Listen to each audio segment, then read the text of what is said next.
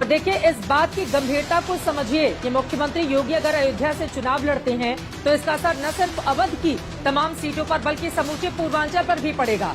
56% लोगों का मानना है हाँ, अगर योगी आदित्यनाथ प्रभु राम की नगरी अयोध्या से चुनाव लड़ते हैं तो फिर बीजेपी को फायदा होगा, कहने वाले 56% लोग हैं। नमस्कार, मैं हूं धर्मेंद्र, आप देख रहे हैं ऑनलाइन न्यूज इंडिया। गोदी मीडिया को यूं ही गोदी मीडिया नहीं कहा जाता। गोदी मीडिया ने बहुत मेहनत की अपने आप को यह खिताब दिलवाने के लिए। हम आपको वीडियो दिखाएंगे, 2 वीडियो दिखाएंगे। योगी आदित्यनाथ को दरअसल अयोध्या से चुनाव लड़वा दिया था पूरी तरह से गोदी मीडिया ने। एक ऐसा माहौल बनवा दिया था गोदी मीडिया ने कि योगी आदित्यनाथ तो सिर्फ और सिर्फ अयोध्या से चुनाव लड़ेंगे और जैसे ही अयोध्या से वो चुनाव का पर्चा भरेंगे पूरे प्रदेश में, पूरे देश में एक हिंदुत्व की नई लहर खड़ी हो जाएगी। लेकिन गोदी मीडिया को क्या मालूम था कि ऐसा हो ही नहीं पाएगा। आपको 2 वीडियो दिखाते हैं। एक एबीपी न्यूज की वीडियो है जिसमें एबीपी न्यूज मोहर लगा रहा है। एबीपी न्यूज ने कई सारी स्टोरी की कि कैसे जो है वो योगी आदित्यनाथ यहां से लड़ सकते हैं। बाकायदा एक ओपिनियन पोल, एक सी सर्वे का जो है वो ओपिनियन पोल भी सामने रख दिया कि अगर योगी आदित्यनाथ अयोध्या से लड़ेंगे तो भाजपा को 56%, याद करिए आंकड़ा भी देखिए, ध्यान से देखिएगा, 56% वो कह रहे हैं कि अयोध्या से लड़ने से फायदा होगा बीजेपी को और 31% कह रहे हैं कि फायदा नहीं होगा। अब देखिए सब कुछ उल्टा पड़ गया। लेकिन 2 दिन पहले इन्होंने क्या कुछ चलाया है, एक बार जरा इसको देखिए। ऐसे में जाति की काट के लिए हिंदुत्व को धार देना और उसके लिए धर्म नगरी अयोध्या, और ये आंकड़ा आपके सामने है। 56% लोगों का मानना है हाँ, अगर योगी आदित्यनाथ प्रभु राम की नगरी अयोध्या से चुनाव लड़ते हैं तो फिर बीजेपी को फायदा होगा, कहने वाले 56% लोग हैं। ना में जवाब 31% लोग दे रहे हैं और 13% कह रहे हैं पता नहीं। एबीपी न्यूज ने सर्वे किया और सर्वे में सवाल पूछा कि अगर योगी आदित्यनाथ अयोध्या से चुनाव लड़ेंगे तो क्या बीजेपी को फायदा होगा। इन्होंने सवाल भी पूछ लिया और उसके बाद में इसका अपना ओपिनियन पोल भी दिखा दिया। 56% कह रहे कि आप फायदा होगा। ये 56% किसके लिए कहा जा रहा था? क्या ये 56% का जो आंकड़ा है वो इसलिए रखा गया ताकि 56 अब तक हमारे जो 56 है वो खुश हो सके? क्या इसके लिए मोदी जी के लिए जो है ये आंकड़ा रखा गया था? 31% कह रहे थे कि नहीं, फायदा नहीं होगा। अब आप सोचिए कि इनके जो सर्वे होते हैं कितने फर्जी होते हैं, कितने झूठे होते हैं। खुद भाजपा इनके सर्वे पर यकीन नहीं करती है। अगर ऐसी बात होती तो कम से कम भाजपा यकीन करती और भाजपा मानती कि जब ये एबीपी न्यूज कह रहा है 56% हमको फायदा होगा तो फिर हम क्यों ना योगी को जो है वो अयोध्या से लड़वा दें। लेकिन आखिरकार वहां से नहीं लड़वाया गया, वहां से नहीं लड़वाया गया और वहां से योगी को भेज दिया गया गोरखपुर में। अब जैसे ही योगी गोरखपुर में पहुंचे, गोरखपुर में पहुंचने के बाद में फिर से मीडिया ने जो है वो अपना नया पिटारा निकाला। ये कमाल की बात है, इनका एक अलग ही सीन चलता है कि अगर ये होगा तो इसका फायदा बताना है, ये होगा तो इसका फायदा बताना है। जैसे किसान आंदोलन में जब किसान कानून लाए गए थे तो वो उसका साल भर फायदा गिनवाते रहे। जब किसान कानून वापस ले लिए तो फिर फायदा गिनवाते रहे कि साहब ये फायदा है, वापस अगर ले ली तो उसका ये फायदा है। अब इसी तरह से चित्रा त्रिपाठी आज तक की एंकर है, उन्होंने जो है वो फायदा गिनवाने लग गई। वो कह रही है कि अवध की तमाम सीटों पर अगर योगी आदित्यनाथ गोरखपुर से लड़ रहे हैं तो इसके फायदे सुनिए। अवध की तमाम सीटों पर फर्क पड़ेगा, पूरे पूर्वांचल में फर्क पड़ेगा और 2.5-3 घंटे में आप जो है, कमाल की बात है। ऐसे तो कोई प्रॉपर्टी डीलर वाला जब किसी प्लॉट को बेचता है ना तब बताता है कि आप यहां से 5 मिनट में मेट्रो चले जाएंगे, 5 मिनट में यहां से बस अड्डा है, 5 मिनट में यहां से जो है आपका बस स्टैंड पड़ेगा, 5 मिनट में हॉस्पिटल पड़ेगा, यहां से 10 मिनट पर सब्जी मंडी है, यहां से 10 मिनट पर मदर डेयरी का वो बूथ है, वहां से जाकर के आप दूध लेकर के आ सकते हैं। ऐसे कोई प्रॉपर्टी डीलर जब अपने प्लॉट को बेचता है ना तब उतना भी नहीं करता जितना जो है ये अपने आप को जो पत्रकार कहते हैं। ये पत्रकार है या प्रॉपर्टी डीलर है वो आप चेक करिए। इन्होंने कहा है कि 2.5 से 3 घंटे में आप अयोध्या पहुंच जाएंगे, इतने घंटे में लखनऊ से अयोध्या पहुंच जाएंगे और फिर बगल में अमेठी की सीट है। मैं कह रहा हूं जैसे प्रॉपर्टी डीलर फायदा बताता है ना कि बगल में जो है शुक्ला जी का मकान है, आपको आईपीएस अधिकारी है, ये कोई दिक्कत होगी तो इनसे बात कर लीजिए। प्रॉपर्टी डीलर ऐसे फायदे बताता है।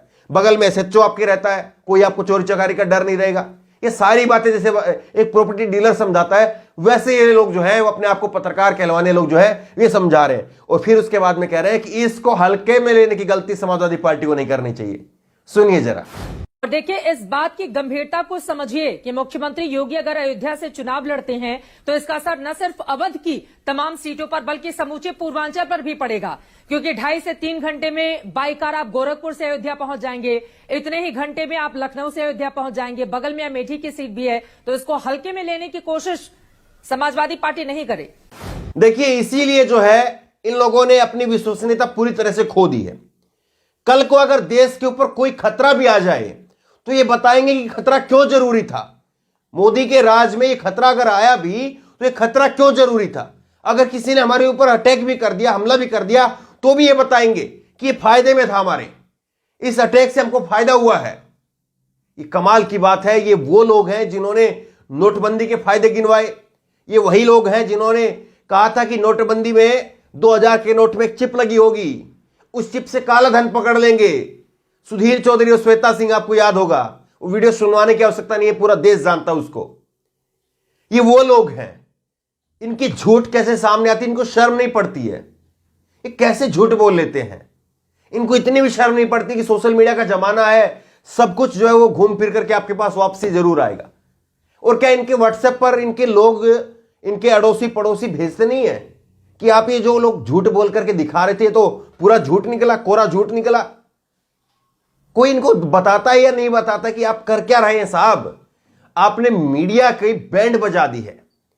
देश के अंदर एक पत्रकारिता एक ऐसा संस्थान था जो हर सरकार से सवाल पूछता था, उसको आईना दिखाता था। लेकिन जब से 2014 का एक नया दौर शुरू हुआ है, मोदी का नया भारत बना है, तब से एक ऐसा माहौल बन गया है कि मीडिया को हर समय पर सरकार की बड़ाई करनी है। अब सोच करके देखिए, जिस दिन अनाउंसमेंट होगी अखिलेश यादव की, अखिलेश यादव की अनाउंसमेंट होगी और अखिलेश यादव बताएंगे कि वो फला सीट से लड़ रहे हैं, क्या कहा जाएगा उस दिन? मैं ये वीडियो बता रहा हूं, इसको कटवा करके आपको सुनवाऊंगा भी उस दिन। अखिलेश यादव, मान लीजिए कि अखिलेश यादव जो है वो अपनी सफाई से लड़ते हैं, या अखिलेश यादव जो है वो कन्नौज से लड़ते हैं, कहीं से भी अखिलेश यादव अगर लड़ेंगे तो फिर उसके बाद में क्या कहा जाएगा? कहा जाएगा कि अखिलेश यादव ने बिल्कुल सेफ सीट चुनी है।